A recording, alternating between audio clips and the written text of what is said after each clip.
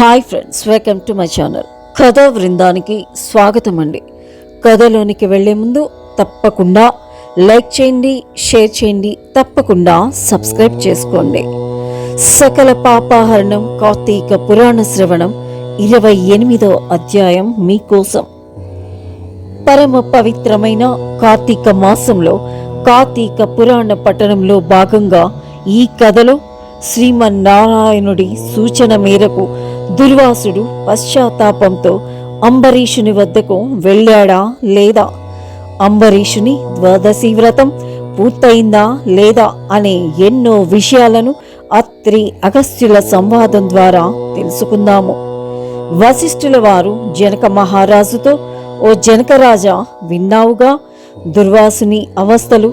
తాను ఎంతటి మహర్షి అయినా ఆగ్రహంతో వెనుక ముందు ఆలోచించకుండా ఒక మహాభక్తుని చిత్తశుద్ధిని శంకించాడు. కనుకనే అతడు అట్టి అవస్థల పాలయ్యాడు. ఇంకను వినుము అంటూ అత్రి అగస్త్యుల మునుల సంవాదాన్ని వివరిస్తూ 28వ రోజు కథను ప్రారంభిస్తాడు. ఆ విధంగా శ్రీమన్నారాయణుడి నుండి సెలవు తీసుకుని దుర్వాసుడు తనను వెంటాడుతున్న చక్రమును చూసి భయపడుతూ భూలోకానికి వచ్చి అంబరీషుని దగ్గరకు వెళ్ళి, ఓ అంబరీష, ధర్మపాలక, నా తప్పును క్షమించి నన్ను కాపాడము. నీవు నా పైన గల గౌరవముతో నన్ను ద్వాదశి పాలనకు ఆహ్వానించావు. కాని నేను నిన్ను కష్టాలు పాలు చేసి నీ వ్రతభంగము చేయించి నీ పుణ్యఫలమును నాశనం చేయతల్చాను.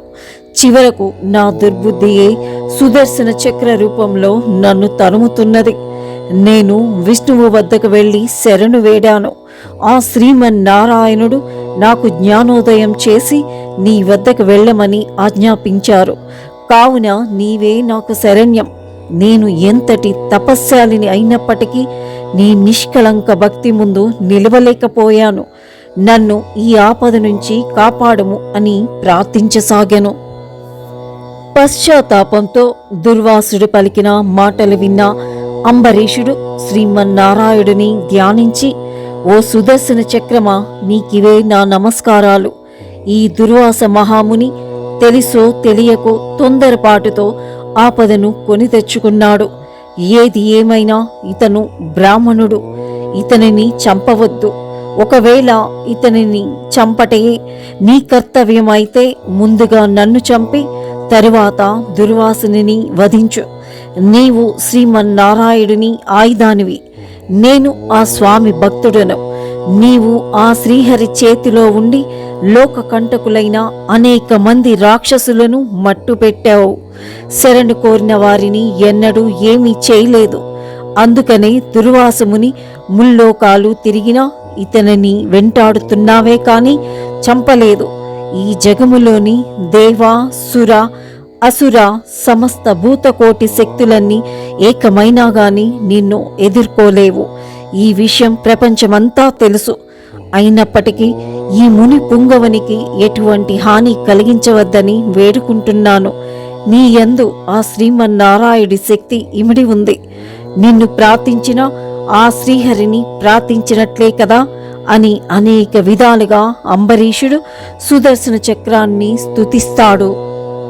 అంబరీషుని ప్రార్థనలు విని అప్పటి వరకు రౌద్రాకారముతో నిప్పులు గ్రక్కుచున్న ఆ విష్ణు చక్రం శాంతిస్తుంది. ఓ భక్తాగ్రేసరా, నీ భక్తిని పరీక్షించుటకు అలా చేశాను కాని వేరొకటి కాదు. ఈ లోకంలో దుష్ట శిక్షణ, శిష్ట రక్షణకై ఆ శ్రీహరి నన్ను వినియోగించి ధర్మ సంస్థాపన చేస్తూ ఉంటాడు. ఇది అందరికీ తెలిసిన విషయమే. ముక్కోపియగు దుర్వాసుడు నీపై పగతో నీ వ్రతమును నాశనం చేసి నిన్ను నానా కష్టాలు పాలు చేయాలని తలిచాడు. దానితో నిరపరాధివైన నిన్ను రక్షించి ఈ ముని గర్వభంగం చేయాలని అతనిని ఈ విధంగా తరుముచున్నాను. ఈ దుర్వాసుడు సామాన్యుడు కాడు. ఇతను రుద్రాంశ సంభూతుడు. అయినప్పటికీ శ్రీహరి చక్రం తాటికి ఎవరు ఎదురు నిలవలేరు. ఎప్పుడైనను తమ కంటే బలవంతులతో యుద్ధము కన్నా సంధి చేసుకోవటమే మేలు. ఈ రాజనీతిని పాటించే వారికి ఎటువంటి ఉపద్రవాలు రావు. ఇప్పటి వరకు జరిగినది విస్మరించి ఈ దుర్వాస మునిని గౌరవించి నీ ధర్మం నిర్వర్తించు అని చక్రాయుధము పలుకుతుంది.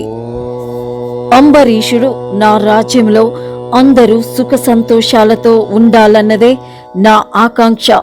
కావున శరణు కోరిన ఈ దుర్వాసమునిని నన్ను రక్షింపుము అని చక్రాయుధ పాదములపై పడతాడు. అప్పుడు సుదర్శన చక్రము అంబరీషుడిని పైకి లేపి గాఢలింగనము చేసుకుని, ఓ అంబరీష, నీ నిష్కలంక భక్తికి మెచ్చాను. విష్ణు స్తోత్రమును త్రికాలములందు ఎవరు పఠిస్తారో అట్టి వారి కష్టాలు నశిస్తాయి. ఈ దుర్వాసుడిని రక్షించుచున్నాను. నీ ద్వాదశి వ్రత ప్రభావము చాలా గొప్పది. నీ పుణ్యఫలం ముందు దుర్వాసుడి తపఫలము పని చెయ్యలేదు అని చెప్పి అతనిని ఆశీర్వదించి మాయమవుతాడు. ఈ విధంగా అత్రి అగస్త్య మహామునుల సంవాదం ద్వారా సుదర్శన చక్ర మహత్యమును వివరిస్తూ వశిష్ఠుల వారు 28వ రోజు కథను ముగిస్తారు. ఇది స్కాంద పురాణం కార్తీక మహత్యం 28వ అధ్యాయం సమాప్తం. ఓం నమః శివాయ.